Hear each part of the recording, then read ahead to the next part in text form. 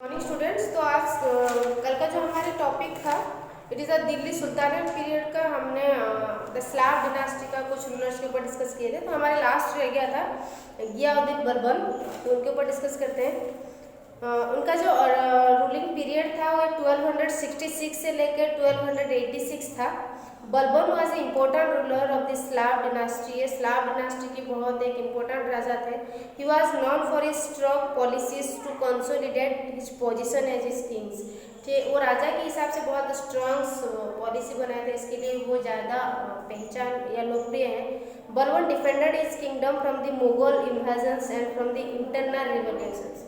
Revolution means internal means क्या, कभी कभी किंगडम के अंदर कुछ बातों को लेकर कुछ आंदोलन वगैरह शुरू हो जाता है, चाहे वो कास्ट को लेके या छोटी छोटी जैसे कि लिटरेचर को लेके या कोई धर्म को लेके, जो मतलब अंतर आंदोलन बोलते हैं, मतलब विद इन द किंगडम लोगों के बीच में कुछ आंदोलन वगैरह। तो ये सब से लेके अपने इस सब से बचा के अपना किंगडम को विस्तार करना ये बहुत इंपॉर्टेंट होता है। तो ये सब चीज़ में गियाउद्दीन बलबन जो है, तो ये सब होने के बावजूद भी अपने किंगडम को बहुत दूर तक फैलाए थे। ठीक है, he broke the power of Turkish nobility that is Chalisa and that had become more powerful than the sultan. ये जो आपका पावर ऑफ टर्किश नोबिलिटी जो 40 है, इसको ब्रेक डाउन किए थे, जिसकी वजह से ये और पावरफुल सुल्तान में कन्वर्ट हुए थे।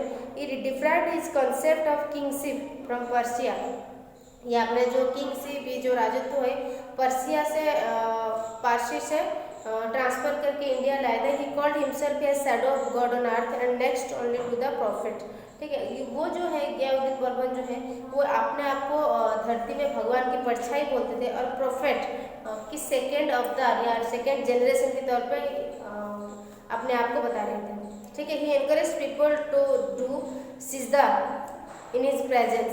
ठीक है, वो लोगों को सिजदा के लिए ज़्यादा प्रोहिबिट या ज़्यादा इंस्पायर करते थे। They had kneel and touch the ground with their forehead salutation to him and to paibos kissing the feet of king. और इनके हिसाब से जो प्रजा होती है वो मतलब राजा को बहुत ज़्यादा रेस्पेक्ट करना चाहिए, इवन भी उन लोगों का जो पाँव चूमना चाहिए। The Orthodox Muslims opposed this according to them. A human being should prostrate only before God. लेकिन बाकी जो लोग थे, थोड़ा जो ऑर्थोडॉक्स मुस्लिम्स थे, उनके हिसाब से गियाउद्दीन बलबन जो कह रहे हैं जो एक प्रजा होती है वो राजा को अपने भगवान मानना चाहिए, क्योंकि गियाउद्दीन बलबन के हिसाब से वो धरती में भगवान का स्वरूप थे या प्रोफेट का सेकेंड अवतार है। तो बाकी जो मुस्लिम के जो बड़े बड़े जो संत है उनके हिसाब से नहीं, भगवान इंसान को सिर्फ भगवान के सामने ही झुकना चाहिए, ना किसी राजा या कोई रूलर के सामने। ठीक है, Balban was succeeded by very weak kings in 1920। गियाउद्दीन Balban की बाद और कोई स्ट्रॉन्ग रूलर नहीं आ पाया। फिर धीरे धीरे आपका जो स्लाव डिनास्टी का पतन शुरू हो गया। देन हम देखते हैं खिलजी डिनास्टी। इसका जो टाइम पीरियड था ये 1290 से लेकर 1320 तक था। ठीक है, Khilji dynasty after the slave sultan के बाद the Khiljis came to the throne. ठीक है, स्लाव डिनास्टी के बाद सिंहासन पे खिलजी बैठे। ठीक है, the first sultan of this dynasty was Jalaluddin Khilji. ठीक है, तो फर्स्ट सुल्तान जो खिलजी डिनास्टी के थे वो जलालुद्दीन खिलजी थे। ही केम टू थ्रोन, वो शासन में या सिंहासन में 1290 में।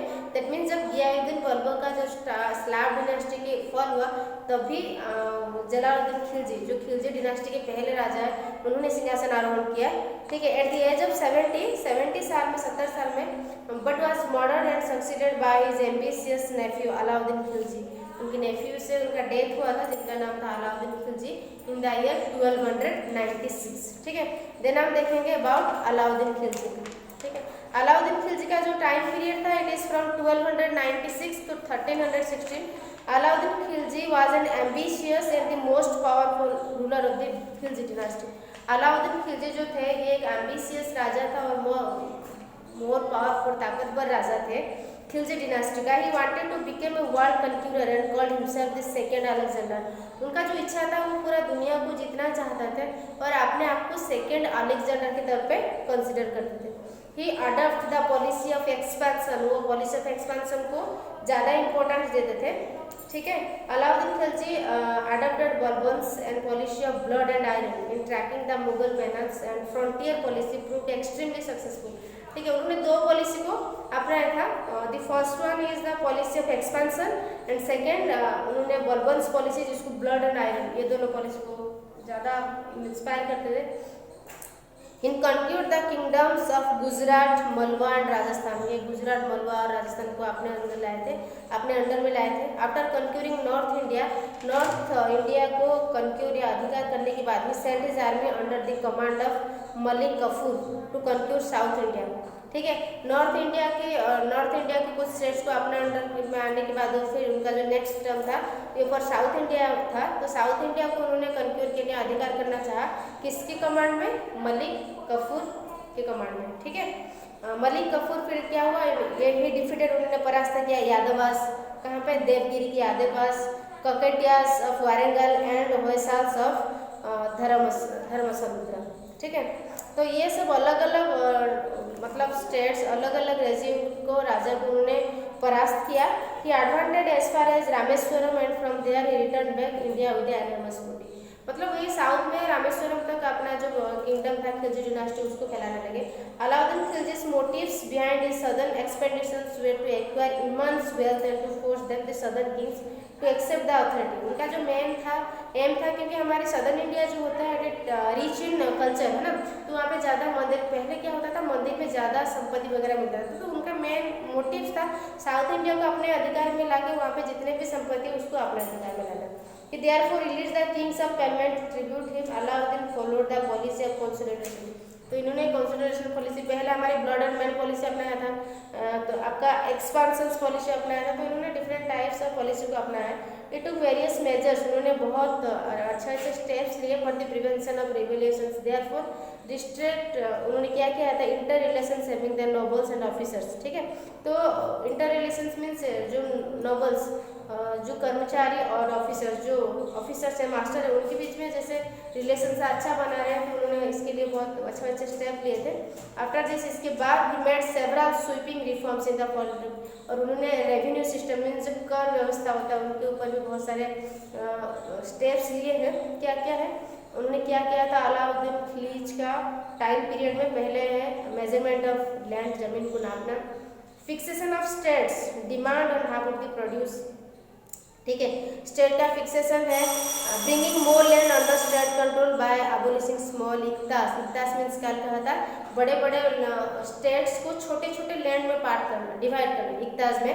एंड फोर्सिंग विलेजेस चीफ्स, और विलेजेस के जो चीफ है, मुखिया है, उनको अलग अलग टैक्सेस देना है, कभी पानी का, कभी रोड पे चलने का, तो अलग अलग। ये सब अलाउद्दीन खिलजी के टाइम पे ही संभव हो पाया था।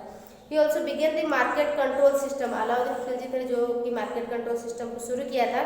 फॉर इस purpose he fix the prices, इसीलिए उन्होंने अलग अलग चीज़ का एक एक प्राइस को फिक्स किया, दाम को फिक्स किया।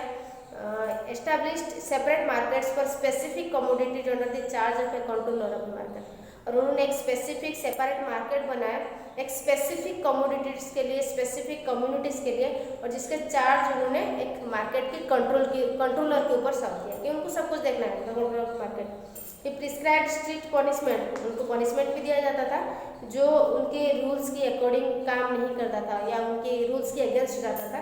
अलाउद्दीन खिलजी वो डायट, उनका जो मौत हुआ था 1316 में हुआ था, और उनकी मौत के बाद Khilji dynasty could not survive, ज़्यादा दिन तक नहीं चल पाया। एज द तुगलक्स, इसके बाद आपका तुगलक डिनास्टी आ गया, एंड उन्होंने खिलजी डिनास्टी का जो सिंहासन है उन्होंने अपने कंट्रोल में ले गया। और क्यों? तो खिलजी डिनास्टी में हमने देखा दो ही रूलर को। फर्स्ट हो गया आपका जलालुद्दीन खिलजी, जिनका डेथ, इनका मार दिया गया था बाय अलाउद्दीन खिलजी। देन अपना अलाउद्दीन खिलजी जो बहुत अच्छे काम भी किए थे। ठीक है, नेक्स्ट हम इसके बाद देखेंगे द तुगलक डिनास्टी।